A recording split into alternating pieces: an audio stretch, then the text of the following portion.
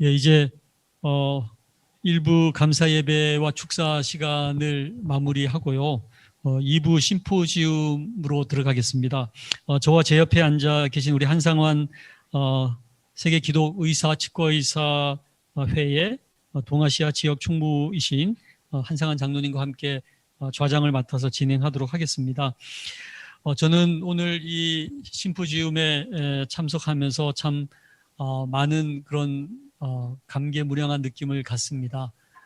제가 의과대학 다닐 때 실은 아시는 것처럼 이제 고려의대와 연세대와 고려대가 참 앙숙입니다만은 늘 연세의대에 대한 그런 어떤 그 약간의 그 어떤 열등감 뭐 이런 것들이 저에게 분명히 있었는데 의과대학 시절에 이 로제타 홀의 역사를 제가 닥터 홀의 조선회상이라는 책을 통해서 알게 되면서 내가 선교사가 세우신 학교의 학생이구나 이런 참 자부심을 가지면서 그 동아일보사에서 나온 그 책을 어떻게든지 다시 발간해야 되겠다 생각하면서 좋은 씨앗하고 연결이 되면서 그 책을 다시금 재출간하게 되었습니다. 그래서 그 책에 저의 추천사도 이제 나와 있습니다만은 어떻든 이 로제타 홀의 역사가 다시금 이렇게 밝은 빛을 보면서 우리 박정희 작가님의 또 큰 역할을 통해서 점점 이렇게 세상에 그 실제 모습이 드러나면서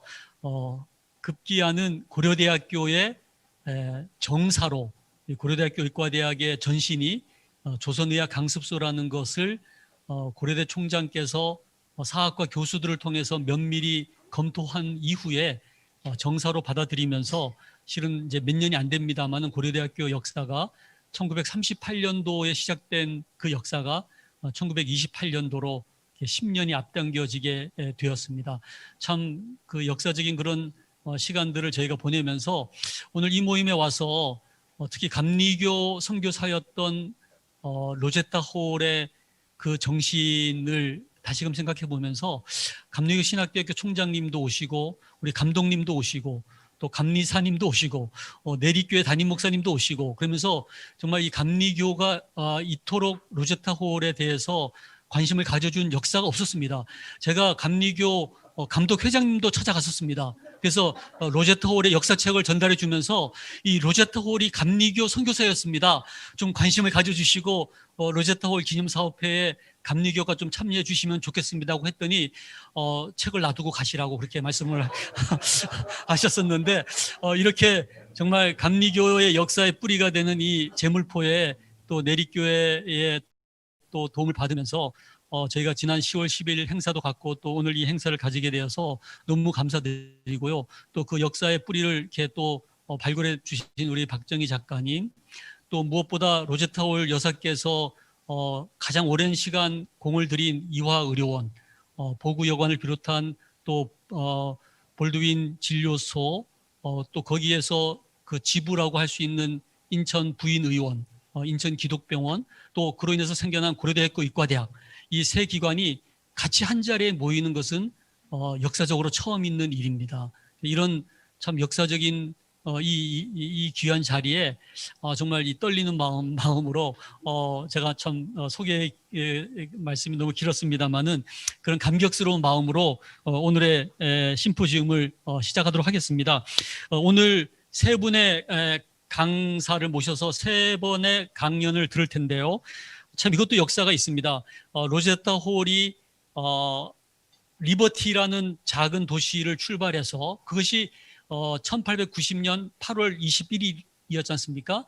거기에서 뉴욕에서 기차를 타고 그 다음에 시카고를 거쳐서 샌프란시스코까지 도착해서 9월 4일 날 샌프란시스코 항을 출항해서 부산항에 도착한 것이 10월 10일이고 10월 13일 제물포항에 도착하게 되는 그 긴 여정을 우리 첫 번째 강연자께서 우리 박정희 작가께서 우리 강연을 해주시고 두 번째 강연자는 그 로제타 홀의 초기 의료 선교 사역을 정말 남편을 잃고 또 에디스 딸을 잃으면서까지 사역하셨던 그 초기 의료 선교사의 삶을 조명해 주실 것이고요. 우리 홍순철 교수님.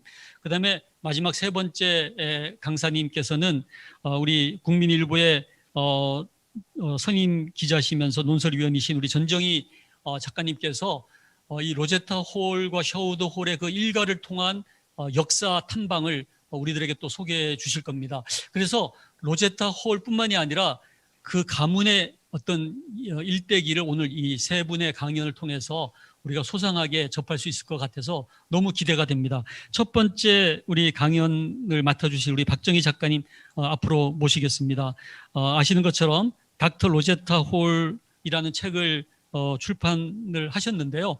이분이 이 책을 출판하게 된 그 동기가 저는 굉장히 또 마음에 와닿더라고요. 따님이 계시는데 그 따님에게 얼마나 한국의 여성이 자랑스러운지 우리나라 최초의 파일러트, 최초의 변호사, 최초의 여의사를 가르쳐 주면서 그 여의사 바게스터를 조사하시다가 이 로제타 홀을 발견하고서 그 감격에 이 책을 쓰시게 되었다는 얘기를 들었습니다. 우리 박정희 작가님 뜨거운 박수로 맞이해 주시기 바랍니다.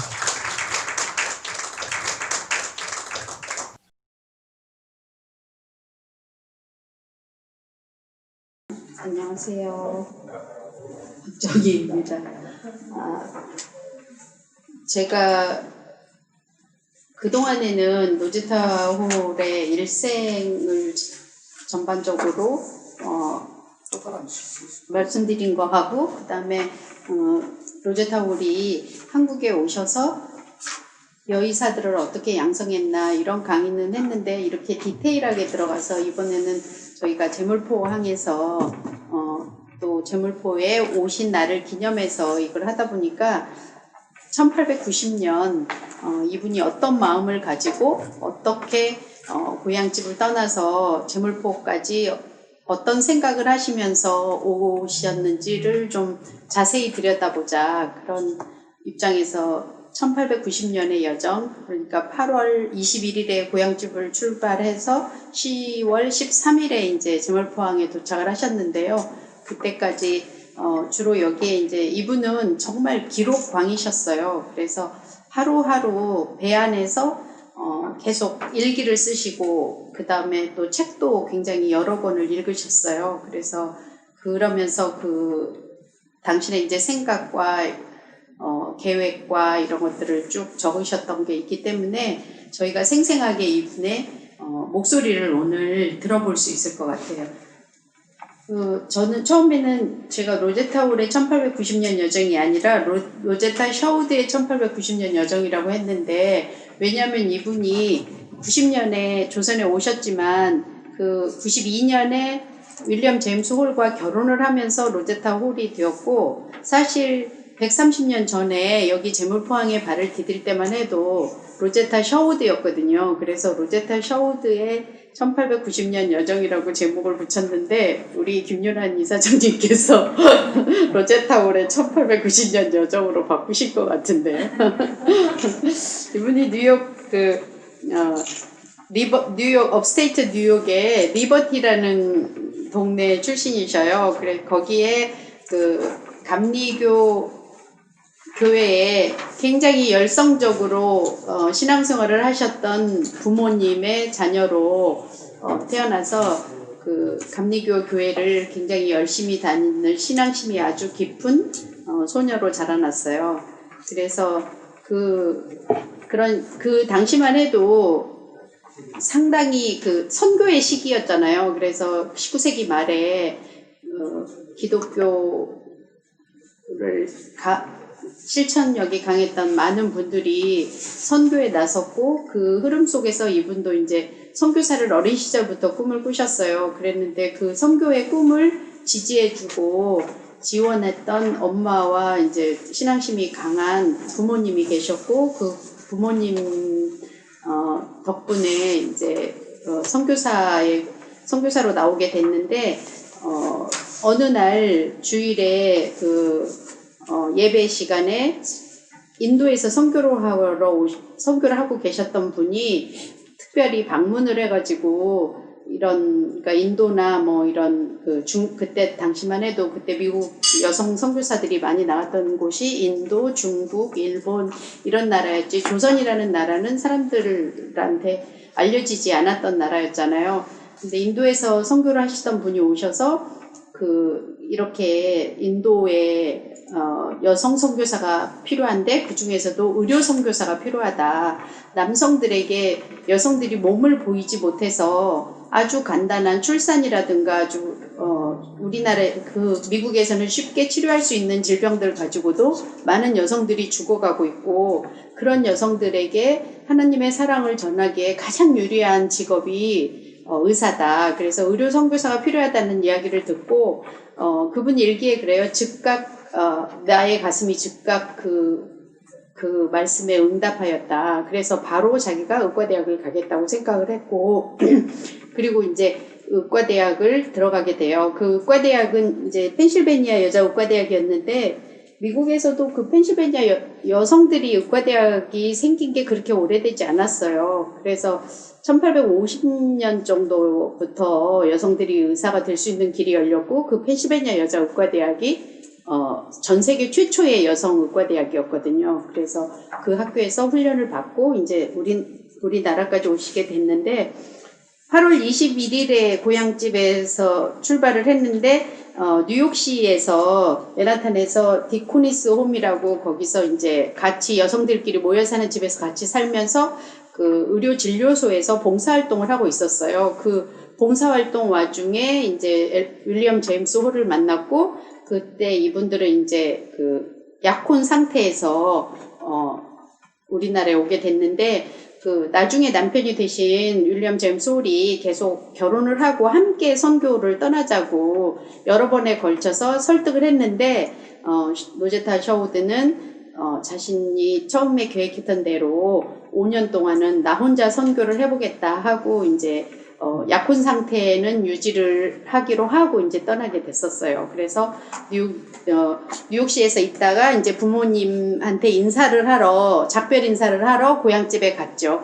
고향집에 갔을 때 뉴욕시에서 디코니스 홈에서 같이 살던 엘라 루이스라는 제일 친한 친구가 있었어요. 이분이 함께 동행을 했고 부모님하고 이제 작별하고 가족들하고 작별하고 다시 뉴욕시로 왔다가 떠나니까 그때 혼자 올 때 그 슬프고 굉장히 그런 이제 위로를 해주기 위해서 함께 동행해 줬겠죠. 근데 그 엘라 루이스가 그 해에 우리나라에 이제 로제타 셔우드가 먼저 왔고, 그리고 그 보구여관에 와보니까 간호사도 없고 뭐 약제사도 없고 그랬잖아요. 그랬으니까 간호사가 필요하다. 근데 이분이 디코니스 홈에서 간호사 훈련을 받았고 간호사셨어요. 그래서 이분을 우리나라에 오게 해요. 그래서 1891년 1월에 내한을 해서 이분은 계속 우리나라에서 활동을 하시다가 1927년에 한국에서 소천을 했고 지금 양화진에 이분도 계셔요. 그리고 이제 뉴욕 디코니스 홈에 다시 와서 출발을 할 때는 그날도 이제 뉴욕으로 도착을 할 때 그 윌리엄이 와서 기다리고 있었고, 그 다음 날도 또 와서 이것저것 이제 예방주사도 맞고 짐도 붙이고 뭐 이런 것들을 함께 도와줘요. 이분이 근데 1890년 8월 21일에 이분이 아까 총장님도 말씀하셨듯이 이분이 일기를 쓸 때 항상 제일 위에 말씀을 쓰셔요. 성경 말씀을 쓰는데 너희 안에 이 마음을 품으라 곧 그리스도 예수의 마음이니 하는 빌립보서 2장 5절의 말씀을 썼는데, 선교를 나서는 첫 번째 구절로 이 구절을 택한 것 자체가 예수님의 마음을 품고 그걸 실천하겠다는 의지의 표현인 것 같아요. 그리고 뉴욕 디코니스 홈에서 출발할 때 이제 그 약혼자와 헤어지는 그런 굉장히 안타까운 마음이 있었을 텐데, 자기는 독신으로 주님의 사역을 하는 것이 최선이라고 생각하기 때문에 폴 박사가 그렇게 다시 생각해보라고 여러 번 간청을 했음에도 불구하고 힘들었지만 5년은 일단은 내가 혼자서 선교를 해보겠다라는 마음으로 떠난다. 그런 마음을 갖고 이제 떠나기로 했다라는 거를 다시 또 일기에 써놨고요. 8월 23일 날 이제 시카고행 기차를 탔을 때 여기 일기를 보면 그는 내가 기차에 올라 편안히 앉는 것까지 도와주었다. 우리는 서로에게 굿바이 닥터, 서로 이제 주로 닥터라고 서로 부르더라고요. 굿바이 닥터라고 작별 인사를 했다. 그리고 그가 나에게 첫 키스를 하였다. 너무나도 자연스럽게, 그리고 갑자기 적절한 행동인지 아닌지 생각해볼 겨를도 없이 순식간에 키스를 했다라는 말이 나오는데 이분들의 관계가 그때까지도 이렇게 이 시대는 그렇게 약혼까지 간 사이인데도 이 정도의 사랑 표현을 하였구나 하는 게 굉장히 격세지감을 느끼게 하는 그런 것 같아요. 그리고 이제 기차에 타가지고 글씨가 흔들린다. 기차가 흔들려서 내가 글씨를 더 쓸 수 없다. 그런 표현도 나오는데 기차가 정말 흔들려서 못 썼을지 아니면 떠나는 마음이 너무 슬퍼서였을지 저는 그런 생각도 들더라고요. 너무 슬퍼서 정말 더 이상 쓸 수가 없지 않았을까. 나는 집과 사랑하는 이들 그리고 모든 친밀했던 것들로부터 떨어져 머나먼 이방인들의 나라로 간다. 내가 비록 모르는 언어를 가진 낯선 이들에게로 갈지라도 나는 내 일을 사랑하고 그들을 사랑할 것이다. 이런 글을 바로 떠나면서 그런 글을 썼더라고요. 그리고 이제 25일에 시카고에서 메타 하워드 박사를 만났는데 메타 하워드 박사는 보구여관이 1887년에 문을 열을 때 87년부터 89년까지 2년 동안에 왔던 보구여관의 첫 번째 의사 선생님이었어요. 이분은 건강상의 이유로 귀국을 했다고 되어 있는데 그때 이제 11월에 다시 그곳으로 발령받기로 원하고 있었다. 이렇게 로제타의 일기에는 나오는데 이분은 다시 오지는 않았어요. 그리고 8월 28일에 네브라스카 오마하에서 마가렛 벵겔이라는 분을 만나서 이제 함께 조선으로 오는 길을 동행을 하게 되는데요. 이분은 오하이오의 포메로이 출신이라고 돼 있어요. 그런데 이화학당에 오셔서 이제 교사로 일을 했는데 그때 이미 이화학당에는 두 분의 선생님이 계셨어요. 설립자이신 그 스크랜턴 박사, 그러니까 설립자 할머니 스크랜턴 퍼스트 네임이 뭐였죠? 메리 스크랜턴 선생님이 계셨고 로드와일러 선생님이라고 있었어요. 근데 로드와일러가 여기 포메로이 출신이에요. 오하이오 포메로이 출신. 그래서 로드와일러 선생님이 혼자서 학교 이제 할머니고 메리 스크랜턴은 할머니고 사실 직접적으로 학생들을 많이 가르치지는 못하셨을 거예요. 연세도 많으셨고. 그러니까 이제 학교를 운영하기 힘들고 학생들은 늘어나고 하니까 교육선교사가 더 필요하다라는 요청을 했고 엄마가 그 선교회에서 도움을 모아가지고 로드와일러 그 당시에 이화학당의 당장이었던 로드와일러 당장의 엄마가 그 모금을 해서 이 마가렛 벵겔을 그 동네 그 로드와일러 당장의 고향에서 모금을 해서 보내준 선교사였어요. 이분이 나중에 조지 존슨 목사님하고 결혼을 해서 미세스 존슨이 됐고 이분이 이제 그 두 분이 내리교회에 오셔서 내리교회를 실질적으로 그 교회에 털을 닦으신 그런 중요한 역할을 하신 분이었는데 이분이 나중에 인천 최초의 여학교인 영화학교를 내리교회 내에 설립을 하셨어요. 그래서 이분 그 학교 출신이 이화의 그 유명한 김활란 같은 그런 여성 지도자였습니다. 그 9월 4일날 이제 샌프란시스코에서 오셔닉이라는 배를 타고 출발을 했고 중간에 하와이에 들렀다가 이제 다시 또 일본으로 오는 그 여정을 시작을 하는데요.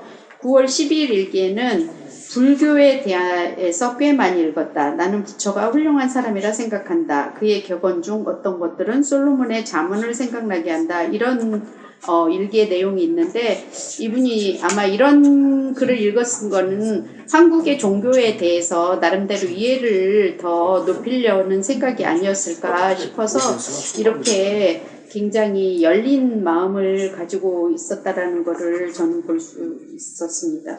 그리고 9월 18일 일기에는 에드워드 벨라미의 Looking Backward 2002 1887이라는 이런 책이 그 당시에 굉장히 베스트셀러였대요. 그랬는데 이게 그 주인공이 어느 날 깨보니까 2000년인 거예요. 이 책이 나온 건 1887년이었는데 그랬는데 2000년인 거예요. 저희가 지금 2000년대를 살고 있잖아요. 그래서 2000년대가 관한 이야기로 훌륭한 아이디어들이 제법 많이 나온다. 책에 그려진 대로 모든 것이 이루어질 수만 있다면 진정 이 세상은 거의 완벽해질 것 같다. 그리고 어쩌면 그것이 현실이 될지도 모른다. 나는 그 일을 돕고 싶다. 이런 역사의 어떤 당신이 한 시기를 살고 있고 역사가 진보해 가고 있고 역사의 진보에서 내가 어떤 역할을 하고 싶다라는 이런 생각을 하고 계셨다라는 게 이분이 얼마만큼 역사의식을 갖고 있었나 하는 생각이 들어요. 저는. 그런데 이 책에서 오늘날 우리가 누리고 있는 크레딧 카드, 그 다음에 뭐 웨어하우스 이런 아이디어들이 여기 나온대요. 이 책이. 그런데 그 당시에 이 책이 그 베스트셀러였다고 그래요.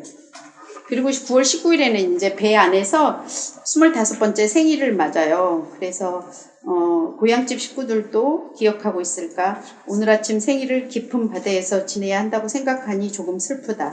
그뿐만 아니라 앞으로 너댓 번은 낯선 곳, 낯선 사람들 틈에서 지낼 것이다.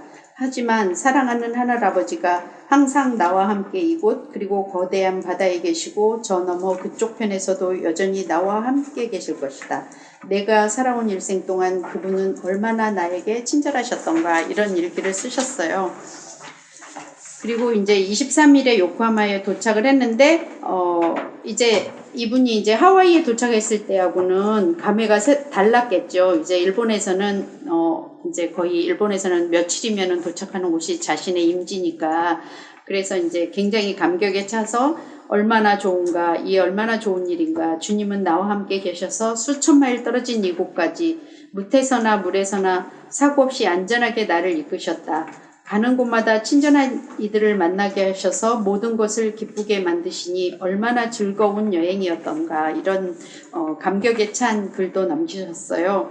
그리고 이제 요코하마에서 내려가지고 기차를 타고 움직이면서 도쿄에서는 동창생을 만났어요. 9월 30일에 일주일 좀 후에 케이 오카미라는 일본 최초의 여의사였는데 이분은 펜실베니아 여자의과대학의 동기동창이었어요. 그런데 이 펜실베니아 여자의과대학은 동창생들이 많은 출신들이 해외 선교를 나갔고 그 해외 선교에 나간 그 지역에서 아주 똑똑한 학생들을 이 학교로 보내서 의사를 만들었어요. 그래서 일본의 케이 오카미 같은 경우에는 일본 최초의 여자 의사고 여기 사진에 보면은 인도 최초의 여의사 그리고 시리아 최초의 여의사 이런 사람들이 이 사진 보면 1885년에 그 당시에 펜실베니아 여자의과대학의 재학생들 사진이에요. 그래서 이 가운데 분이 로제타 홀의 동기 동창이었던 일본 최초의 여의사였고 이분을 만났대요.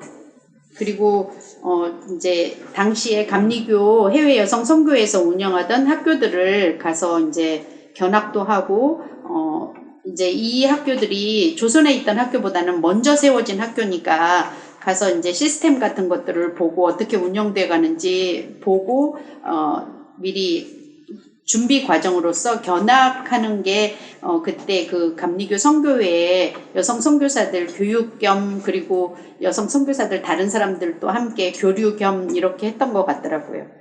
10월 10일에 이제 부산을 도착했는데 메타 하워드가 그 부산에서 세관에서 일하고 있던 그 외국인의 딸하고 아버지하고 둘이 일하고 있었는데 아마 본인이 돌아갈 때 만났던 사람이었던 것 같아요. 만났으면서 이 친구에게 이제 책을 전해달라고 줘서 이제 갖다 줬다. 그리고 처음으로 이제 조선 사람들을 보면서 머리부터 발끝까지 하얀 옷을 입고 있는 모습, 그런 모습들에 그 다음에 길거리에 돌아다니는데 여성들이 하나도 없고 남성들만 있는 것에 굉장히 인상 깊게 보았다는 이런 글이 있어요. 그리고 10월 13일에 이제 마침내 제물포항에 도착을 했는데 아침 8시에 도착을 했고 이분 보면은 이제 큰 배는 항구에서는 상당히 먼 곳에 정박을 하고 아주 가까운 곳은 이 깊이가 그 정도까지 항구가 제대로 시설이 안 돼 있으니까 삼판선이라는 작은 배로 사람들을 실어 날렸다라는 게 나오더라고요. 그래서 그날 이제 아침 8시에 도착을 8시쯤 도착을 하니까 이화학 학당의 로드와일러 당장이 제물포까지 마중을 나왔다가 3판선을 타고 여기까지 큰 배에까지 올라와서 환영해주고 함께 이제 다시 제물포 항으로 들어오는 그런 이야기가 나와요. 그런데 아침 8시에 이제 본인은 일기를 썼는데 이 맑은 날씨가 굉장히 좋았던 것 같아요. 10월 13일 오늘이었으니까 가을날 굉장히 아름다운 가을날이고 굉장히 맑은 가을날이었던 것 같아요. 이 맑은 아침에 얼마나 기쁜지 우리는 곧 서울의 항구인 제물포에 도착한다. 땅에서 바다로 이어진 나의 길고 길었던 여정이 이제 곧 끝나고 나의 일터인 고요한 아침의 나라에 닿는다. 주님의 눈이 나와 함께 계셨고 이곳까지 나를 인도하셨다. 그분께서 나를 선택하셔서 이곳으로 인도하셨으니 모든 근심과 수고는 사라질 것이다. 그분께서 나를 도우시니 내가 할 수 있고 견딜 수 있을 것이니 어찌 기쁘지 아니하겠는가. 이렇게 쓰셨지만 얼마나 떨리고 그리고 얼마나 걱정스러우셨을까. 신앙심 정말 예수님에 대한 헌신과 사랑으로 여기까지 오셨고 발을 내딛긴 하지만 두려운 마음 또한 있었을 것이지만 모든 거를 자기가 하나님과 함께 하면 이길 수 있다라는 생각 하나로 오셨는데 실제로 오랜 시간 동안 정말 많은 슬픔과 고통 이런 걸 다 견뎌내고 결국은 이겨내는 삶을 사셨지만 그 사이에 느꼈을 그런 그 인간적 고뇌라든가 실제로 딸이 죽었을 때는 남편이 죽었을 때는 그래도 받아들이는데 딸이 죽었을 때는 굉장히 힘들어하시고 신앙심이 흔들리고 고통스러워하는 게 나중에는 일기에도 나오거든요. 그럼에도 그런 모든 것들을 다 견뎌내고 이겨냈다라는 그분의 신앙심은 저희가 정말 두고두고 기억하고 배우고 잊지 말아야 될 것 같아요. 저는 오늘은 그러니까 1890년 당신이 고향집에서 여기까지 올 때까지 거기까지만 오늘은 봤기 때문에요. 뒤에 제 책에 많이 나오니까 책을 읽어보시면 실은 오늘 이 모임이 있기까지 원래 이번 심포지움을 못하는 걸로 코로나 때문에 넘어가려고 했었는데 이제 국민일보에 우리 전정희 논설위원께서 선교 탐방 기사로 화진포의 성을 아주 길게 탐방하시면서 연재를 해주셨어요. 그래서 그것을 보면서 이분을 모셔서 얘기를 드려야 되겠다. 그래서 실은 이제 제가 김인환 우리 회장님께 코로나지만 영상으로 할 수 있지 않느냐. 비대면이라도 어떻게 그냥 넘어갈 수가 있느냐. 130년인데 제가 막 졸라가지고 이 모임이 있게 됐습니다. 그래서 우리 전정희 기자님께 또 감사를 드립니다. 그래서 그 많은 탐방의 어떤 경험들을 가지고 계신데 저희 로제타홀 기념사업회가 꼭 하고 싶은 일 중에 하나가 이 셔우드홀의 별장인 김일성 별장, 이 고성에 있는 화진포의 성을 다시금 저희가 되찾아가지고 지금은 그 셔우드홀의 원래 재산이었는데 이게 한번 북한에 뺏겼다가 되찾으면서 우리나라 국방부 소속 재산으로 돼 있거든요.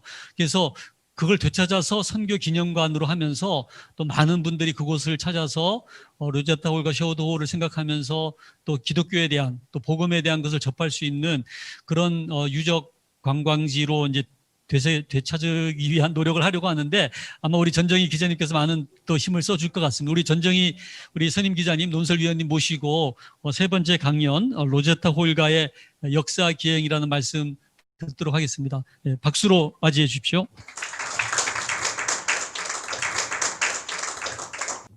예, 안녕하세요. 전정희입니다. 이런 형식의 강의를 또 처음 해봐가지고 카메라 앞에서 쓰니까 좀 쑥스럽기도 합니다. 앞서 박정희 선생님께서 많은 얘기를 해주셨고요. 또 제 뒤에 이우실 선생님께서도 역시 로제타홀과의 여러 가지 이야기를 학술적인 이야기를 해주실 거로 생각이 듭니다. 또 박상은 원장님이 아까 말씀하신 조선의상에 관한 책이 사실은 너무나 깊이 잘 써 있기 때문에 화진포의 성 이야기도 사실은 거기에 근거해서 현장을 저는 찾아간 것이지 제가 무슨 발굴을 하거나 그건 아니라고 봅니다. 다만 스토리텔링이 좀 더 여러분에게 되어져서 한국 교회나 또는 일반 대중에게 전달이 되었으면 하는 바람에서 그래서 요즘과 같이 국내 여행이 좀 활발한 때에 가서 거기가 김일성 별장이 아닌 선교사들의 안식처이자 휴양처이자 또 선교 전진기지였다라는 것을 이제 좀 깨닫게 해줬으면 좋겠다 하는 생각을 좀 했습니다. 제가 사실은 로제타 홀가처럼 깊은 기록이 그 홍성사에서 나온 로제타 홀의 일기가 한 6, 7권짜리가 있지 않습니까? 원문 자체를 그대로 카피하고 번역하고 해서 전달을 하고 있거든요. 그래서 그 책을 보면은 숨이 멎을 정도로 그 한국 근현대사의 현장이 생생하게 전달이 되거든요. 그런 것들이 전달되지 못한 우리 크리스찬들에게 이어지지 못하는 것이 좀 안타까운 좀 마음이 좀 들었습니다. 저는 저널리스트이기 때문에 아무래도 현장에 가서 느끼는 바를 대중에게 전달하는, 그리고 또 그것이 비그리스도인들에게 전해져서 한국의 근현대사는 결코 기독교를 빼놓고 역사 해석이 안 된다. 근현대사는 기독교에 우리가 60, 70년대 기독교에 열광하는 것, 기독교 문명에 열광했던 것 자체가 이미 하나님께서 우리들끼리 용어로는 정말 임재하심이 있었기 때문에 되어진 일들인데, 저는 가끔 근현대사를 보면서 막 역사책 기술을 하고 했을 때, 예를 들자면 여운형이다라고 했을 때, 여운형 선생을 기독교 사상을 빼고 설명이 되나? 양평에 기독교 학교인 광동학교, 또 중국의 금능대학이라는 데 가서 전도사가 되기 위해서 공부를 하고 승동교회 전도사가 되고, 그 사상에는 전부 기독교 사상이 깔려 있고, 대부분의 이제 진보적인 당시의 기독교인들이 기독교 사상의 맥락을 같이 하고 있다 하는 속에서, 역사 속에서의 기독교인들의 역할, 기독교의 문명, 기독교의 문화, 기독교의 의술, 기독교의 교육, 이런 것들은 결코 역사 특정 종교가 아니라 역사의 중심에 서 있다라는 것을 좀 같이 얘기하고 싶었습니다.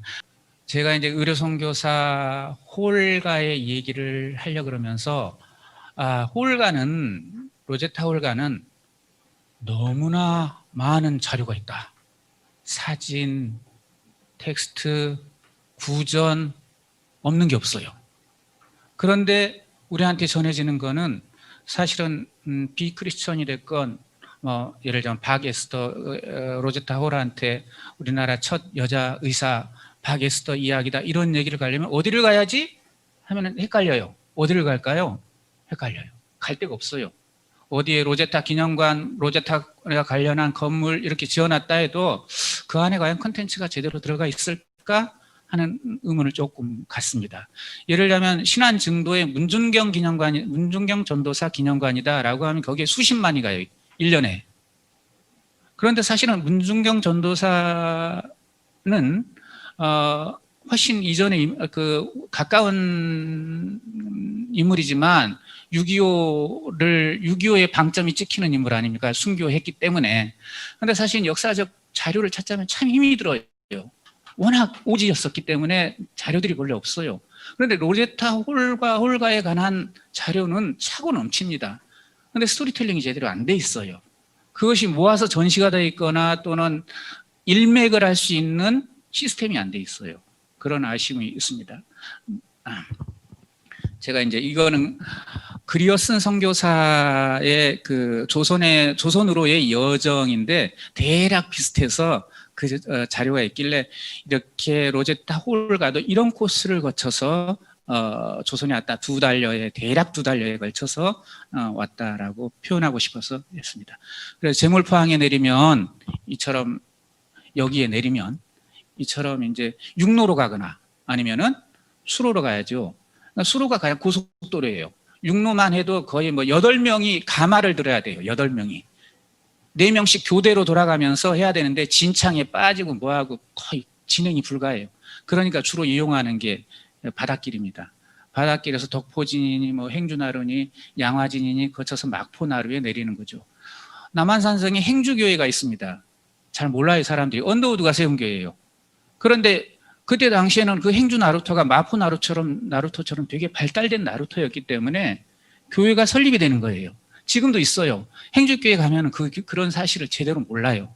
다만 우리가 언더우드가 세웠다 요 한 자랑만 있고 지금은 한 5, 60명, 7, 80명 정도밖에 출석을 안 하기 때문에 그 깊은 그 역사를 잘 모릅니다.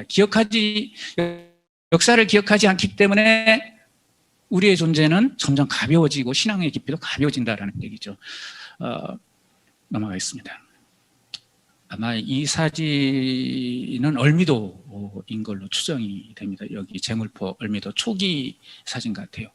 오른쪽 사진은 건물 있는 사진은 대불 호텔입니다. 대불 호텔. 대불 호텔 여기 인천 사시는 분들 아시겠지만 복원해 놨지요. 최근 몇 년 전인가 복원을 했어요. 이게 지자체의 힘이에요. 대불 호텔에서 선교사들이 묵어가지 않은 사람이 있었을까요? 다 묵어가요. 로제타 홀이 남편을 잃고 두 번째로 인천 제물포를 통해서 와도 역시 호텔에 딸 에디스가 너무 아파서 그냥 아기가 그냥 아프니까 바로 못 가고 이쪽에서 며칠 묵어요. 묵었으면 대불 호텔 아니면 뭐 대불 호텔이었을 거예요. 그런 자리를 지자체들이 다 복원을 합니다. 그래서 관광객을 모아요. 설명을 해요. 근데 중요한 것들이 빠져요. 왜냐하면 아까 제가 말씀드렸다시피 어쩌면 근대사는 기독교를 빼고 설명할 수 없는데 쏙 빼요. 이제 그런 걸 우리가 좀 아시라고 말씀드립니다. 자, 이 당시에 조선은 남자가 흙바닥에 쓰러져 있는 사진은 원산에서 서울 경성을 잇는 도로예요. 그랬더니 캐나다 선교사들이 왔더니 보이는 모습이 이 모습이에요. 남자들은 술 처먹고 쓰러져 있고, 여자들은 죽어라고 노동하고. 자, 그 옆에 사진은요, 1970년에 청계천의 모습이에요. 청계천 한양대학교 뒤쪽에 그 빈민촌. 노무라 모토유키라는 목사님이 한국 선교를 와가지고 찍은 사진이에요. 남자들은 저렇게 누워 있어요. 뭐 수십 년이 흘렀어도 별반 크게 변하지 않았어요.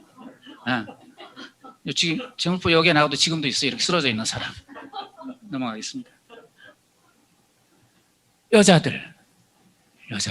이거는 저는 사실은 어머니들의 힘이 아니었으면 대한민국은 없지 않았을까 하는 생각은 드는데 이렇게 살아요. 그러니까 이 노동의 연속이에요. 이사벨라 비숍이라는 영국의 여성 탐험가가 한국에 와서 그냥 요즘 말로 하자면 남자는 이놈의 새끼들은 맨날 처먹고 놀기만 하고 여자들을 저렇게 빨래만 시키냐? 이런 문장을 남겨요. 네? 여자들은 빨래하는 노예. 이게 이제 조선의 이사벨라 비숍이 성공의 목사 딸인 이사벨라 비숍이 조선에 와서 본 모습입니다. 조금 이상한 얘기일지 모르겠지만 여기 사진 중에 여자들이 가슴을 내놨죠. 가슴을. 왜 내놓는 줄 아세요? 이게 되게 그렇잖아요. 이유가 있어요. 이게 되게 의미 없는 사진 같지만 조선 말에 들어오면 대부분의 여성이 가슴을 내놔요. 저고리가 짧아가지고. 근데 자랑스럽게 내놔요. 네? 애를 많이 낳아서 약간 비슷합니다. 아들을 낳았기 때문이에요. 아들 낳은 여자는 가슴을 내놓을 수 있어요. 아들 낳은 여자만.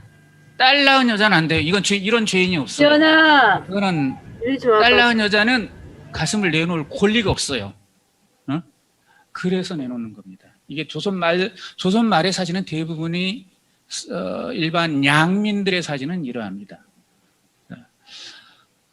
그때 이제 선교사들이 1885년에 들어와서 이제 선교 활동을 열심히 하는데 이 사진 한 장이 우리의 현실을 조선의 현실을 극명하게 보여주죠. 그 선교사들이 의한 복음 활동인데 조랑말을 타고 조선의 조랑말이라는 게 형편없거든요. 힘도 없고 막 난잡스럽기가 짝이 없는데 근데 그 옆에 장승이 서 있고 하는 조선인은 또 말잡이를 하는 거고요.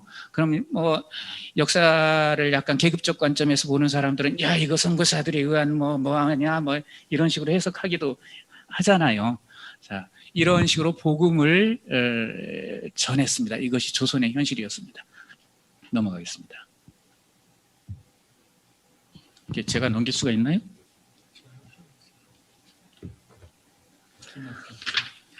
예. 그 제임스 홀이죠. 그러니까 로제타 홀의 남편. 제임스 홀이 1894년에 평양에서 사실은 발진 티푸스 뭐예요? 한국말로 발진 티푸스에 걸려서 죽습니다. 그래서 그 시신을 옮겨오죠.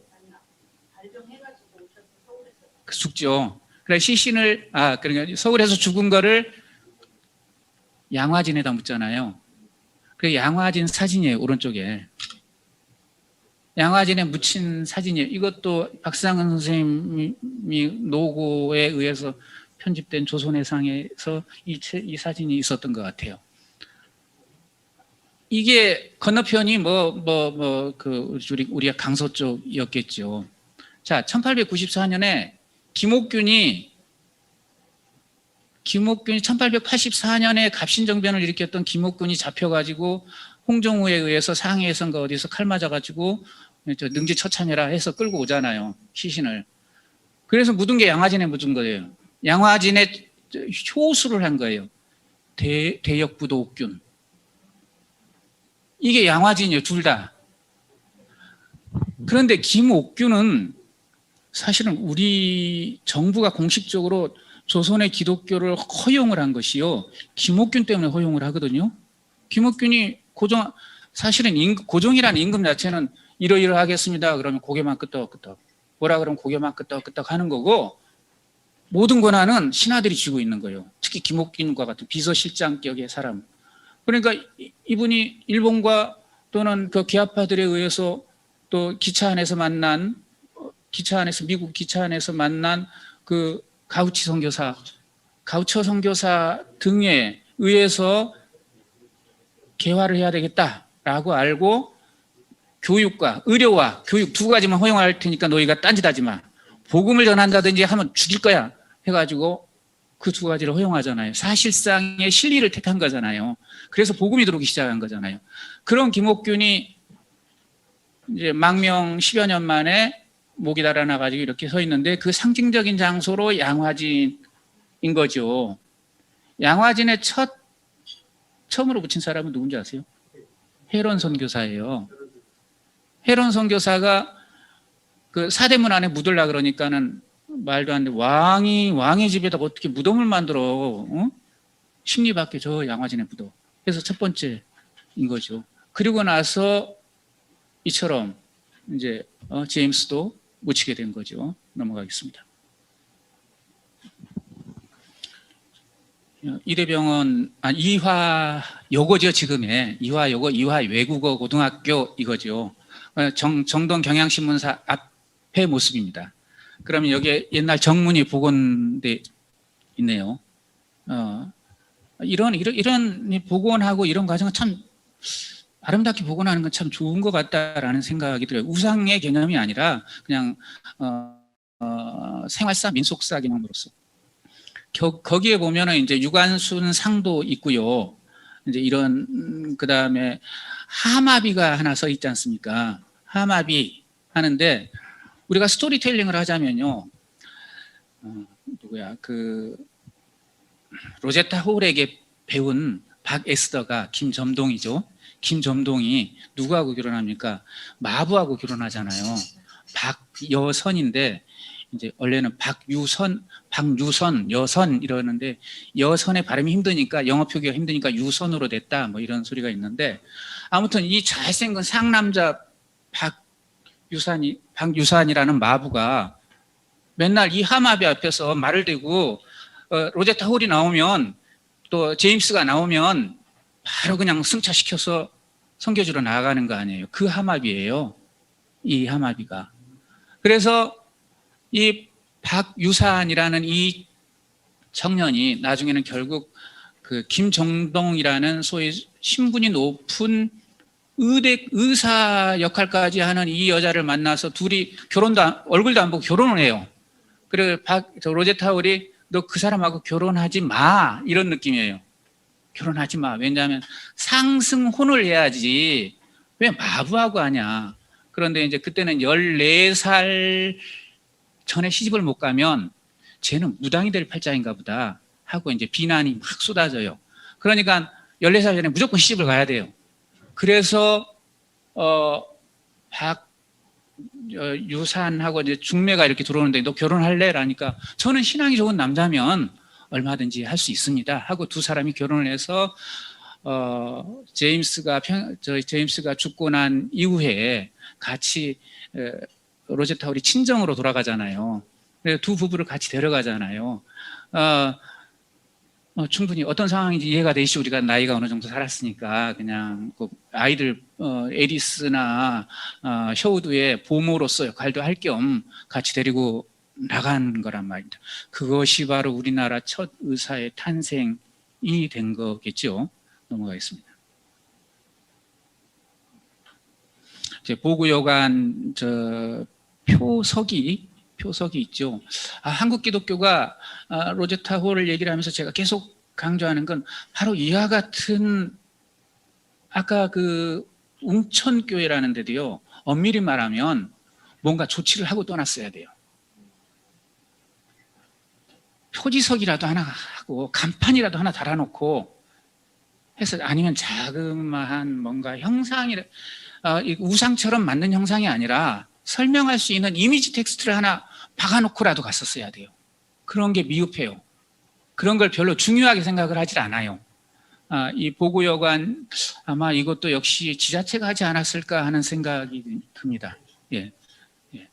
요게 이제 그 흑백 사진은 그 로제타 홀의 나이 드는 사진인데 아마 경성의학 전문 여학교 그 시절이 아닐까 하는 생각이 얼핏 드네요. 동대문 여성병원입니다. 자, 박에스터가 공부하던 무렵에 보구 여관이라고 해야 되겠죠. 두 부부의 모습입니다. 박유산이 잘생기지 않았어요? 잘생기지 않았어요? 결혼할 만했을 것 같아. 예. 그래서 이제 미국으로 가서 두 부부가 로제타 홀하고 에디스하고 셔우드하고 찍은 사진이죠. 여기 보면 좀 이상한 거 하나 있죠. 발견하시나요? 여자분들은 발견하실 것 같아. 그렇죠. 배가 벌써 좀 다르지 않아요? 임신 중인 모습이죠. 넘어가겠습니다. 그래서 어린 에디스 홀 죽고 아버지 옆에 묻히고 해서 제가 이게 아마 올 봄에 찍은 사진이 아닐까 싶어요. 그 엄마의 일기 가운데 민들레를 이렇게 꺾어가지고 엄마가 에디스 딸에 대해서 얘기하는 게 꽂혀 있는 게 있어요. 근데 올 봄에 묘지에 저 민들레가 묘지를 너무 잘 관리해서 하나도 없더라고요. 간신히 하나 찾아가지고 민들레 사진을 찍었습니다. 그 민들레 사진, 엄마가 꽂아놓은 민들레 사진입니다. 자, 두 번째, 아까 조금 바로 전 사진 한번 넘겨주시겠습니까? 두 번째로 이제 남편을 조선에서 잃고 미국에 들어가서 에스더를 공부시키고 저 유복자인 에디스를 낳고 다시 이제 태평양을 건너서 제물포에 도착을 해서 제물포에서 또 에디스가 죽으라고 또 아프고 그러다가 이제 나중에 선교지인 평양으로 가야 되는데 배를 타고 가거든요. 그때 해룡호라는 배를 타요. 요게 그 해룡호예요. 제물포에서 탔을 거예요. 해룡호 이 배를 타고 진남포까지 갑니다. 가가지고 거기서도 역시 에디스가 아파가지고 그냥 쩔쩔매고 그 병상일기를 이렇게 씁니다. 넘어가겠습니다.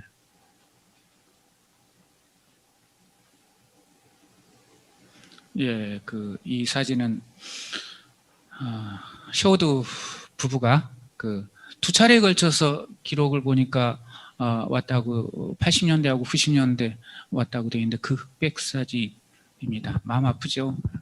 그냥 먹먹해집니다. 자, 바로 이 사진이 김일성 별장. 저 역시 김일성 별장이 김일성 별장인 줄 알았지. 셔우드홀의 선교 부지이다라는 거는 저도 안 지가 오래되지 않았습니다. 사실은 이제 조선에 들어온 지금이야 선교사들이 캄보디아니 어디니 나가면 뭐 금방 적응하고 온라인 세상에 뭐 안부가 뭐 근데 우리가 뭐 80, 90년대인가 봤던 영화 미션하고 똑같은 상황 아니에요? 이때 선교라는 게 내가 어떻게 죽을지 모르는 거고 그런데 와서 선교를 하는 과정에서 셔우드홀의 경우 어머니와 함께 선교를 하는데 해주 선교부에서 해주 구세병원 이름도 좋잖아요. 구세병원을 하면서 여름이 되면 풍토병이 돌기 때문에 선교사들이 피해요. 800m 이상 표고 800m 이상으로 다 피해요. 여름 전염병을 피해서 의사분들이 많은데 죄송합니다. 피하는데 그러면 아펜젤러나 언더우드가 왔을 때 초창기에는 어떻게 피하는 줄 아세요? 그 피하는 장소가요 남한산성이에요. 가깝잖아요. 남한산성이. 남한산성으로 피해요. 그래 헤론도 남한산성에 가서 조선에 있는 선교사들이 수련회를 갖는 와중에 헤론이 병에 걸려서 다시 재중원으로 후송이 되고 그거를 뭐 자료에 가면 게일 선교사 얻고 뛰잖아요. 헤론 선교사를 얻고 뛰어요. 그래가지고 나중에 게일은 그 헤론 부인하고 결혼하죠. 그죠? 그런데 해주 선교를 할 때에도 뭐 30년대, 40년대 이 무렵이겠죠. 역시 이제 풍토병을 피해서 뭔가 선교사들이 하는데 휴양지라는 것이 어디냐면은 해주에 하나 있고 원산에 하나 있고 지리산 노고단에 하나 있어요. 그리고 해방 이후에는 왕시루봉, 그 지리산 왕시루봉에 하나 있었고요. 그런데 원산에 있어서 원산은 주로 캐나다 선교부 사람들이 이렇게 집중적으로 하잖아요. 그래서 요트를 하고 골프를 할 수 있을 정도로 그 지역은 매우 문화가 발달돼 있었죠. 그런데 일제 말기가 되니까 중일 전쟁이 발발하니까 일제가 만주 지역을 점령해야 되겠는데 원산의 군사항으로 갖고 와야 되겠는데 이게 걸리적거리잖아요. 저 선교부가 있다고 그러면 이것들이 미국 첩자들 아니야 하는 그런 식으로 몰고 가서 해안가에 있는 선교부 수양강 이런 것들 다 뺏어요. 그래서 너희 남쪽에 가면은 저 화진포라는 데가 있는데 그쪽에 가면은 거기다 지을 수 있어. 글로 내려가 봐. 라고 하니까 셔우드가 쫓아가서 이제 다른 선교사들과 함께 소위 선교부를 형성하게 되는 거죠. 지리산 노고단과 같은 지금도 지리산 왕시루봉에 가면요 풀장이 있어요. 풀장 터가 그대로 남아 있습니다. 그런데 여기에다 하는데 우리가 책에도 나오지만 간단하게 아주 오두막을 해다오라고 하는데 독일의 건축가 하나가 그냥 정성스럽게 지어가지고 이처럼 전한 거 아닙니까?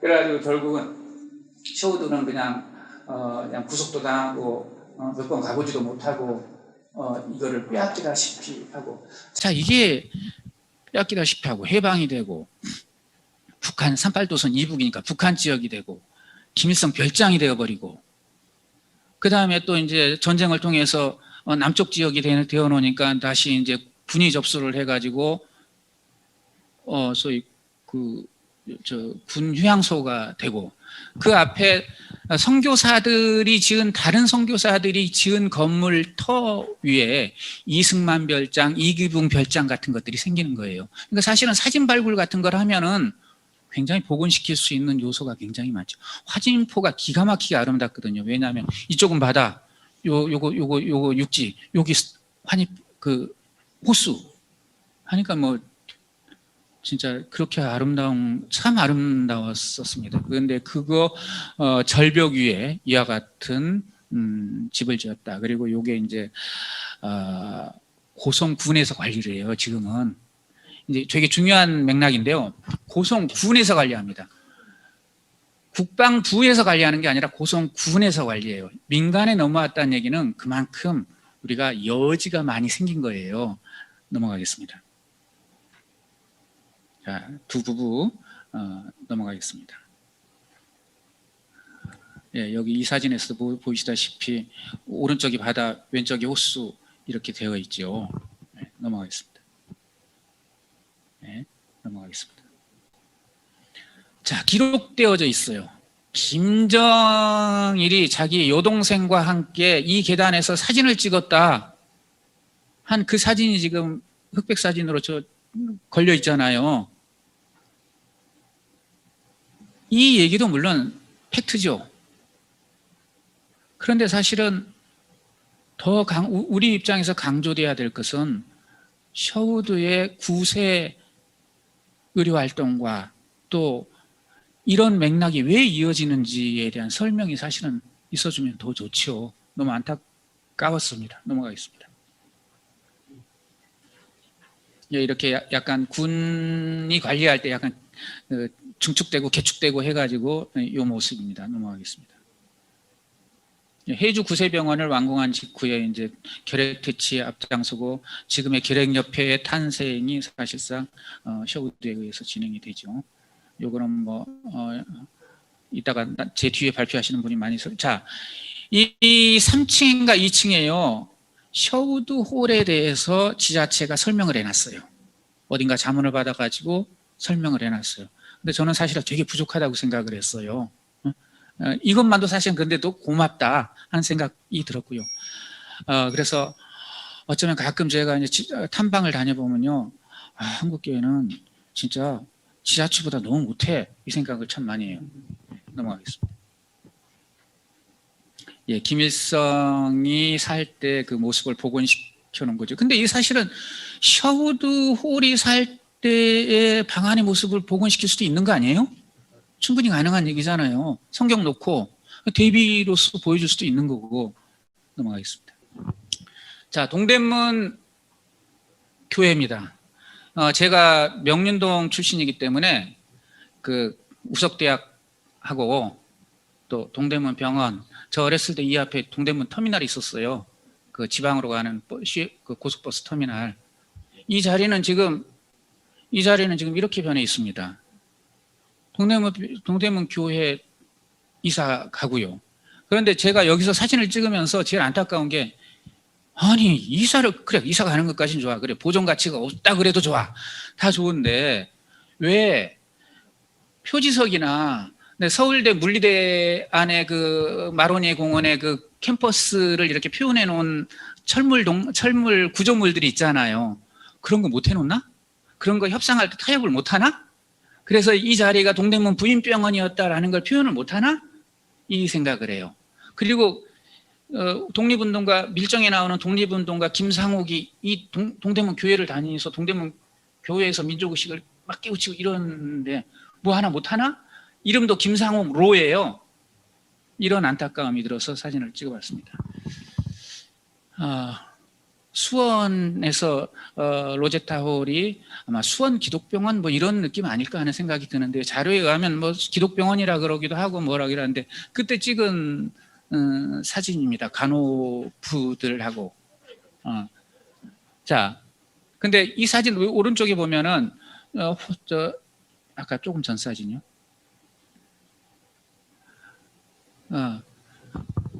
이 사진이요. 초가집이 있죠. 초가집에 그 뭔가 이렇게 문이 이렇게 전통적인 초가집인데 문이 이렇게 튀어나와 있잖아요.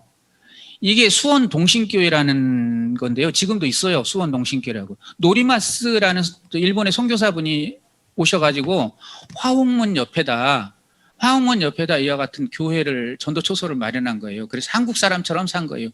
이 동신교회 옆이 어디냐면 삼일학교예요. 수원의 삼일학교. 바로 언덕배기가 삼일학교인 거예요. 그러니까 결국은 감리회 선교구역에서 벌어졌던 모든 일들은 의료선교의 역할은 로제타 홀과는 뗄래야 뗄 수 없는 관계가 벌어지고 있다는 거죠. 넘어가겠습니다. 점자 활동을 한 그 점자 교육에 신경을 썼는데 박두익 선생이 인천에 박두익 선생을 기리는 요 무슨 사회복지관이 있어요. 아마 인천 분들은 아실 겁니다. 넘어가겠습니다. 예, 남산현 교회입니다. 아까 윤심덕이 어머니가 다니고 막 그랬던 교회입니다. 넘어가겠습니다. 의사 장기려 부산 고신대병원 옥상 꼭대기에 그 말년에 나 이 옥상 꼭대기 좋아. 나 뭐 가족도 없고 하니까 옥상 모터 소리 나도 기계 소리 나도 나 여기 좋아 하고 그 자리입니다. 근데 침대와 책상과 이게 있잖아요. 이거 보존하고 있어요. 저 아크릴로 이렇게 해서. 그러니까 역시 우리가 하나의 팁으로서 삼아도 좋겠다 하는 생각이 들어서 여기까지 얘기를 하겠습니다. 로제타 홀과 관련해서는 고성군 또는 강원도 도지사, 고성 군수 이런 사람들 만나서 사실은 솔직하게 얘기하고요. 그쪽도 윈윈이 되는 방법을 찾아서 저는 로제타 홀과 기념관을 하나 만들었으면 하는 생각이 듭니다. 연세대 안에 언더우드 가 기념관이 있거든요. 근데 그런 것들을 하나의 모델 삼아서 하겠다는 생각에서 현장 중심으로 여러분에게 말씀드렸는데 너무 늦었죠. 고맙습니다. 네, 귀한 말씀 감사합니다. 다음에는 우리 홍순철 고대 안암병원 산부인과 교수님께서 초기 의료선교사의 역할, 딸 에디스의 평양에서의 삶까지를 하시겠습니다. 우리 홍순철 교수님께서는 또 로제타 홀 기념사업회 총무이사이시고 또 차기 서울기독교사회 회장으로 내정되어 있으십니다. 자, 여기 앉으시죠. 네, 홍수철입니다. 오늘 학생들하고 학교에서 정기적으로 하는 강의를 하면서 학생들한테 물었습니다. 오늘 무슨 날인지 아냐? 학생들이 잘 모르겠죠. 그래서 사실은 2년 전에 고려의대 90주년 행사를 한 적이 있습니다. 1928년도에 조선여자의 강습소가 만들어지고 로제타 홀 여사의 노력으로 여성의료인 양성이라는 주제를 가지고 조선여자의 강습소를 처음 만들고, 그리고 98년도에 사실은 그동안은 경성여전, 그래서 1928년 조선여자의 강습소를 초기 선배님들은 잘 인정하지 않으려는 분들도 계셨어요.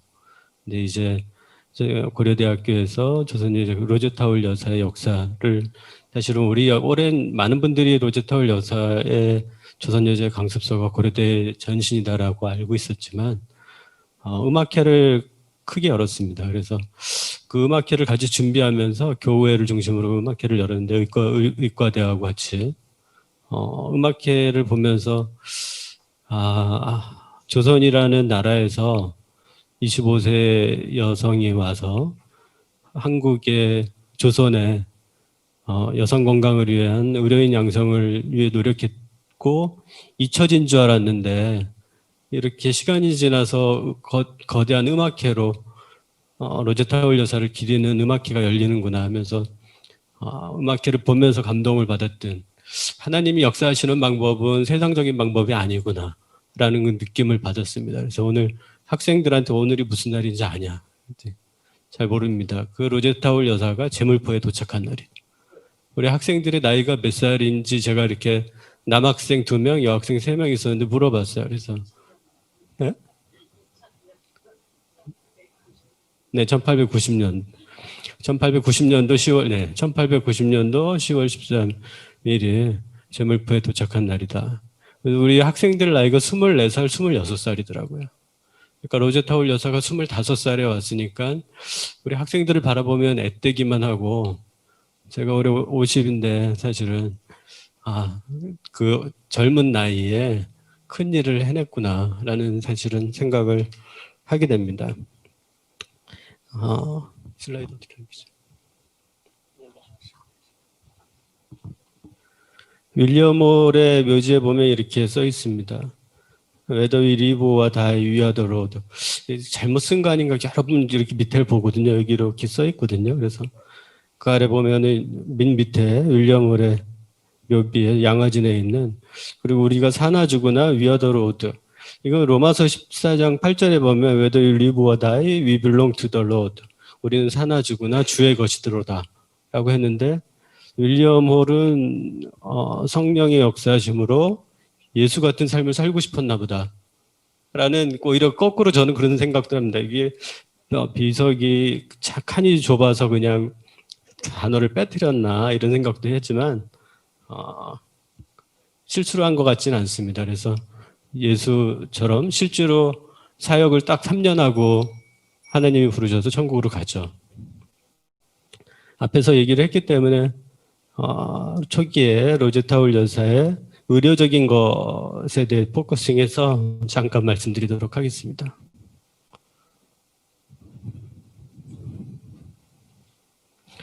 그 로제타울 여사는 점자를 미국에 남편이 돌아가시고 미국에 가서 계시는 동안 점자를 공부해 와서 한국에 점자를 또 보급하죠.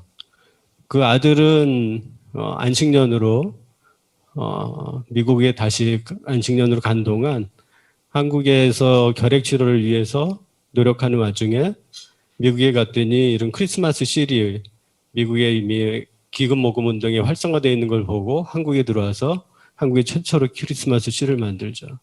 당시 크리스마스 시를 만들 때도 보면은 기독교 본부에서는 별로 도움을 주지 못했습니다.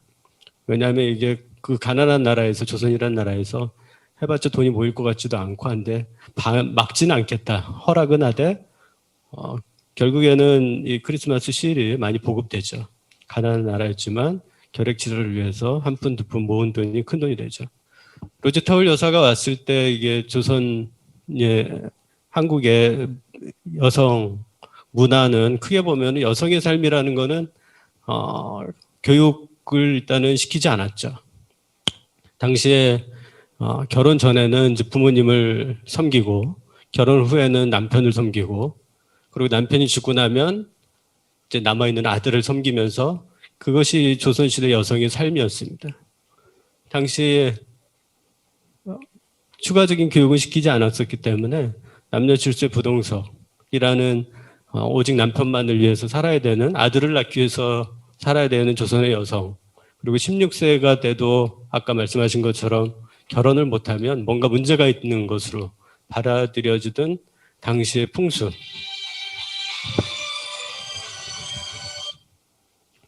당시 의사들은 다 남자였기 때문에 여성이 남성 의료진한테 치료를 받을 수는 없었습니다. 로제타울 그래서 메리 스크랜튼이 보그여관을 만들죠. 그리고 보그여관의 첫 번째 의사로 메타 하워드가 와서 근무를 하지만 건강 상태가 안 좋아져서 이후 여자 의사를 보내달라. 그래서 이후에 온 분이 로제타울 여사가 1890년도에 10월 13일에 제물포에 도착하게 됩니다.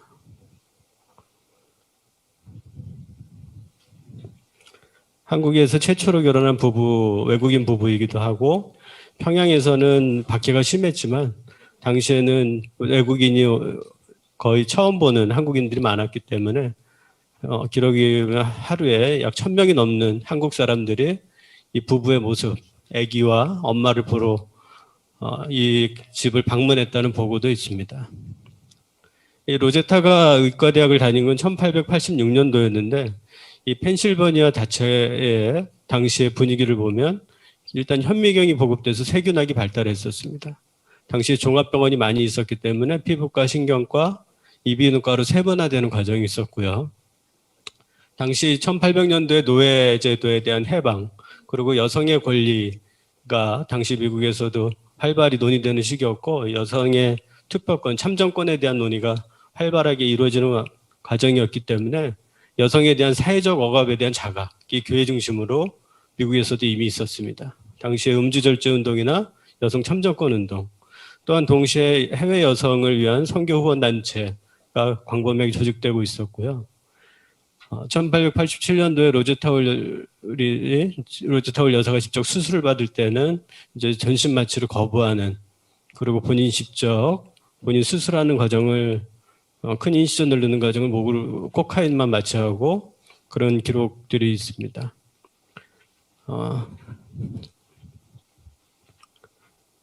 도구여관에 10월 13일에 제물포에 도착하고 바로 이틀 뒤부터 여성 전염병원인 보구여관에서 진료를 시작합니다. 보구여관은 여성 전용 병원으로 구성되어 있었고 약제실, 세척실, 대기실, 진찰실, 수술실, 그리고 세계 입원실 등이 있습니다. 당시에 무슨 이런 여러 개의 과가 있었던 게 아니라 의사가 된 젊은 로제타울 여사는 이러한 환자들을 다 치료했던 거죠. 뭐 치과, 내과, 외과, 이비인후과, 피부과, 산부인과. 그래서 총 10개월 동안 2,300건의 치료를 했다고 보고가 되어 있습니다. 환자 중에 한 명은 아마 컴파트먼트 신드롬이 온 것 같은데 화상을 제대로 치료하지 않아서 한쪽 팔이 네크로시스가 심하게 와서 로제타울 여사는 절단 앰퓨테이션을 권합니다. 25세의 젊은 여성이 이제 의사가 갔댔는데 팔 앰퓨테이션도 적극적으로 할 정도로 액티브했었구나라는 걸. 결국에 이 환자는 당시에는 이제 본인의 신체를 자르거나 이런 한국의 조선에서는 거부하는 문화가 있었기 때문에 수술을 거부하고 나중에는 결국엔 사망한 것으로 얘기를 듣게 됩니다. 치료를 거부하죠. 또 자궁을 비롯한 혹제거 수술, 백내장, 언청이, 종기 수술 등을 하게 되고요. 1891년도에는 이제 왕진을 해서 종기 IND를 하게 되는데 고름이 8온스, 약 240cc 정도 흘러내렸다. 또 고름을 받으니 또 8온스 용기가 가득 찼다. 당시에 보면은 이제 항생제가 발견된 게 1928년도니까요. 1891년도에 항생제 없이 그냥 해부학적인 아니면 생리학적인 수술적인 이러한 치료 기법으로 치료를 했던 것으로 예상됩니다. 또 한 집에 출혈이 있는 여인을 왕진을 갔더니 당시에는 알집이라고 얘기를 했었던 3일 전에 출산하고 태반을 그대로, 태반이 저절로 자연 배출되지 않은 걸 놔둬서 계속적인 3일 동안 하혈하는 여성을 태반을 제거해주고, 의학적인 지식이 없었으니까 당시에는 이제 태반을 제거하는 것에 대한 생각을 못했던 거죠. 그리고 위생 상태가 안 좋았기 때문에 또 그렇게 출혈하는 것을 통해서 감염의 문제가 있었고, 하지만 이제 태반을 제거하고 그 집을 청소해주고 이름으로써 이분도 좋아진 것으로 보고되고 있습니다. 당시에도 똑같은 고민을 했던 것 같습니다. 의료 선교사로 조선을 방문했는데 선교를 하려면 일단 한국어를 습득을 해야 되는 문제하고, 또 아니면은 환자 진료 무엇이 더 우선을 해야 될 것인가 고민을 당시 젊은 여성 선교사는 고민했던 것 같습니다. 그렇지만 이제 고린도전서 13장에 나온 것처럼 사랑서라고 얘기를 하죠. 맨 마지막 13절에 보면은 믿음, 소망, 사랑 세 가지는 항상 있을 때 그중 제일은 사랑이라. 로제타울 여사는 사랑이 제일 중요한 부분이다라고 얘기를 했고, 그것이 일단은 언어 습득을 통한 전도도 중요한 부분이지만 세계 공통 언어인 사랑을 전하는 것이 그리스도를 전하는 거다라고 믿었던 것 같습니다. 이게 잘못되어 있습니다. 1890년도죠. 그래서 이제 1810월 13일에 오고 한 달 뒤에 오른쪽 손가락이 3개가 손바닥에 화상으로 인해서 달라붙어 있는 여성이 오죠. 그래서 12월 22일에 피부 이식을 하게 되죠. 일단은 본인의 피부를 이식을 레코멘드 하는데 당시 환자는 본인의 피부를 정상 조직 떼어내는 것을 거부하기 때문에 로제타울 여사는 본인의 피부를 일부 세 조각을 떼어내서 이식을 먼저 시도합니다.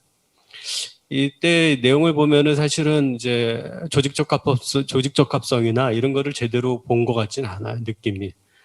그리고 나중에 추가로 피부 이식을 할 때 보면 같이 근무하고 있는 로드와일러 여사, 그리고 벵겔 선생님, 환자 본인, 이제 로제타 여사가 본인의 피부를 떼어내서 이식하려는 것을 많은 사람들한테 이 사건이 소문이 나죠.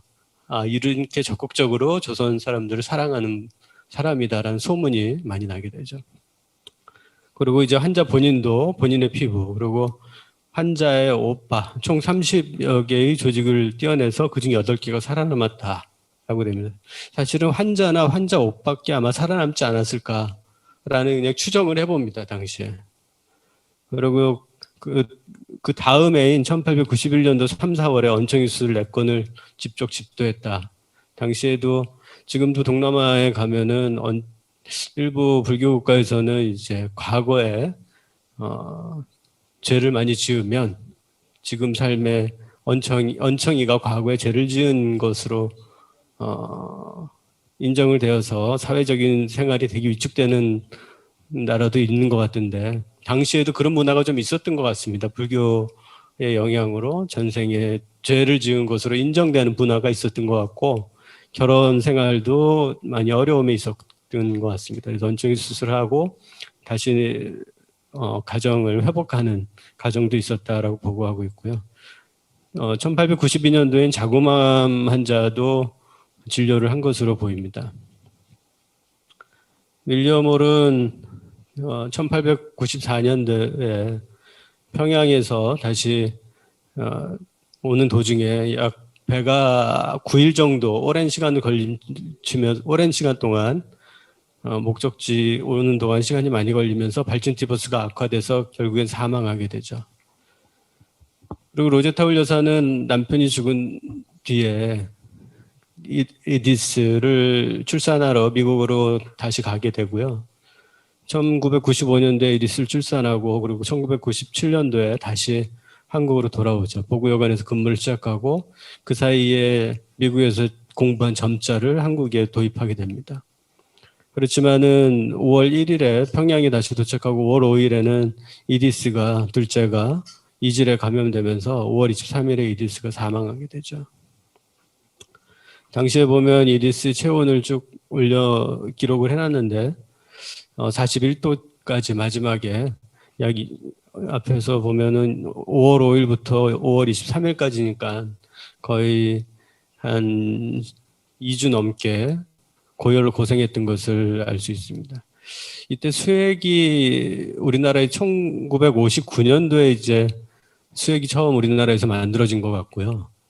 그러니까 증류수가 당시에 없었기 때문에 한국 자체적으로는 수액을 못 만드는 상황이었던 것 같습니다. 남편도 그렇고 이디스도 그렇고 수액만 있었어도 좀 살 가능성이 있지 않았을까라는 생각을 해보는데 당시 상황은 수액 치료가 적극적으로 할 수 있는 상황이 아니었던 것 같다는 생각이 듭니다.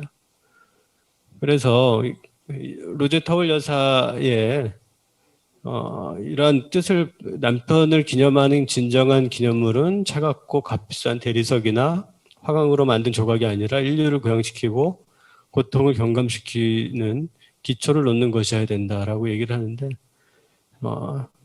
이제 30 정도의 젊은 여성이 이렇게 큰 뜻을 가지고 항상 당시에는 이제 한국 돈의 가치, 미국 돈이 1달러가 약 2,000양 정도의 때니까 당시에는 미국 돈의 가치가 상당히 높게 평가돼서 남편의 전 재산을 한국에 기부해서 이런 홀 기념병원을 만들게 되죠. 1897년도에 32살의 나이에 홀 기념병원을 만들게 되죠.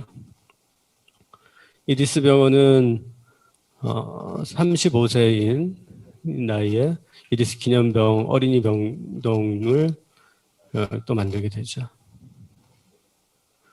평생 사실은 조선 여성 의료인 양성을 위해서 노력을 했지만 조선총독부에서도 거절되고 한국 이과대학에서도 여성 의료인 양성에 대한 것은 거절됩니다. 그래서 이제 한국 당시에는 회갑잔치를 크게 했었기 때문에 젊었을 때 활동할 때 그렇게 거부됐던 조선 여성 의료인 양성에 대한 얘기를 9월 19일이 생일이죠. 9월 19일 회갑잔치 때 당시 이제 오랜 기간 동안에 한국에서 활동했었기 때문에 일제에 일본의 유명인들이나 한국에 영향력 있는 분들이 다 많이 참석을 한 데서 이제 우리 조선에도 여자 의전이 있어야 될 것 아닙니까라는 얘기를 하게 되고요. 그때 뜻을 모아서 이제 1928년도에 조선여자 강습소가 만들어지게 되죠. 이 조선여자 강습소가 28년도부터 10년간 유지되고 이것이 경성여자의전으로 되고 이제 이것이 현재 고려대학교의 시초가 되게 됩니다. 그래서 로제타울 여사는 근대 여성교육 그리고 조선 땅에 여성을 위한 인수를 실천하고 그리스도를 전한 의료 선교사로서의 역할을 다하게 됩니다. 네, 제가 말씀드릴 건 여기까지입니다.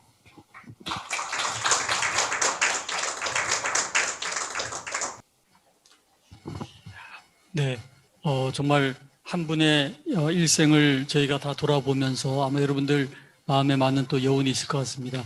시간이 많이 늦은 관계로 한두 분 정도 좀 꼭 하시고 싶으신 말씀 이렇게 좀 코멘트 해주시면은 좋겠습니다. 네, 우리 김영주 교수님. 네. 앞으로 오셔야 방송이 되는데.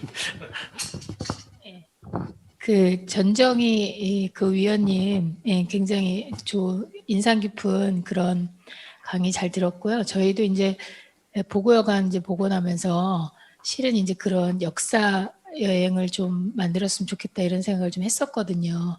그래서 이제 지금 우리 위원장님하고 잠깐 얘기를 나눴는데 그런 걸 한번 좀 기획을 같이 할 때 좀 저희를 많이 코치도 해주시고 도와주시면 감사하겠습니다.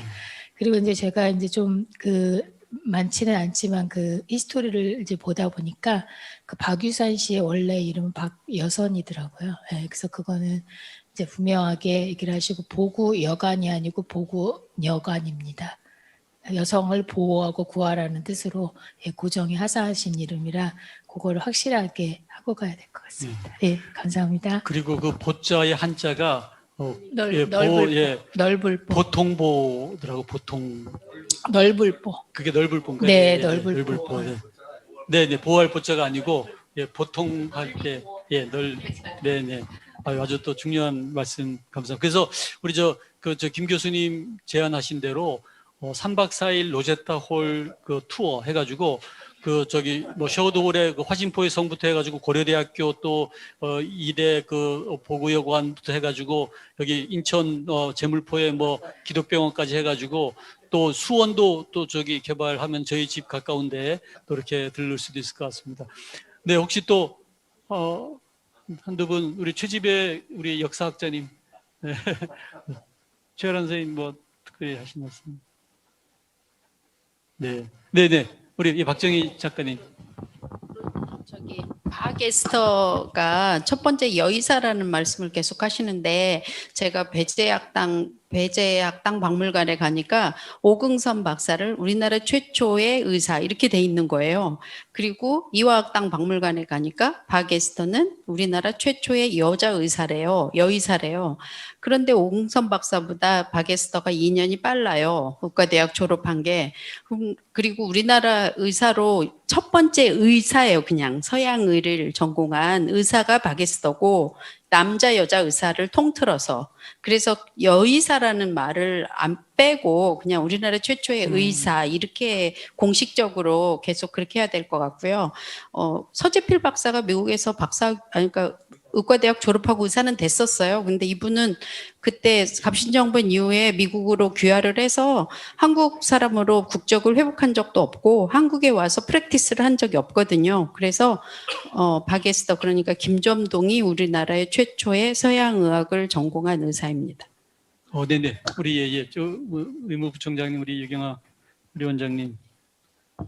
지금 박 작가님 이야기하신 것 때문에 저희가 굉장히 많이 여러 문헌을 찾아봤다고 생각을 합니다. 그리고 몇 분한테 의료 역사를 하는 분한테도 여쭤봤는데 최초의 타이틀을 가진 네 분을 이제 오긍선 박사님은 그거는 아닌 것 같고 처음에 이제 서재필 박사가 귀화한 한국인의 피를 가진 최초의 그 의사이고 또 1900년에 우리 바게스터 그분이 그 의사 면허를 받잖아요. 근데 한 해 전에 김익남이라는 분이 직계의과대학에서 이제 의과대학을 다니셨고 마지막에 그 당시에 반일 감정 때문에 시험을 안 봤을 뿐이지 김익남, 그리고 와서 한국에 와서 의료 활동을 했답니다.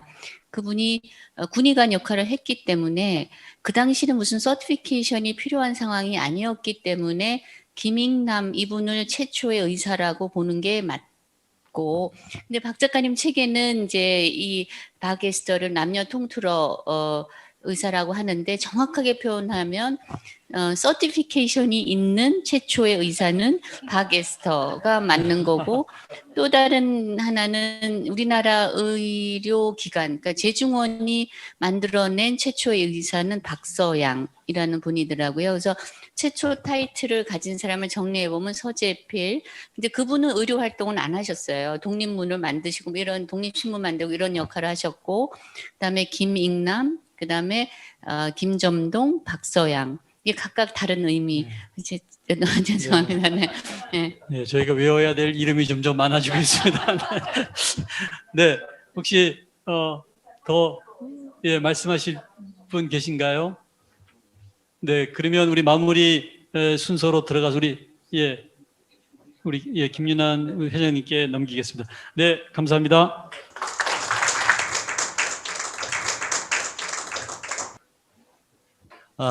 우선은 오늘 이 행사가요, 우리가 그동안에 130년을 묻어뒀던 이 제물포 항구를 오늘 다시 개항하는 그런 기분입니다.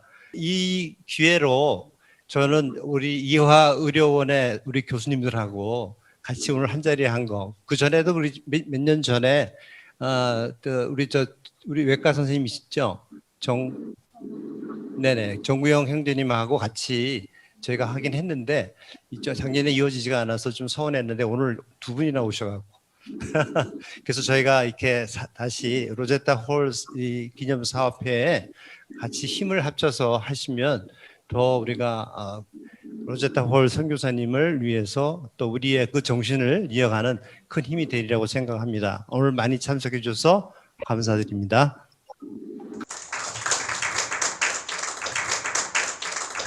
마치겠습니다. 제가 한마디 하고 마치겠습니다. 많이 참석해 주셔서 또 늦은 시간까지 함께 해 주셔서 정말 감사합니다. 우리 이대 교수님, 고대 교수님, 또 우리 병원 진료부장님, 또 여러 선생님들 감사합니다. 이제 축도 마치고 이 앞에 기념사진 촬영하겠습니다. 우리 이경희 목사님 나오셔서 축도해 주시겠습니다. 기도하시겠습니다. 19세기 말 초기 의료 선교사들 중에 한 사람인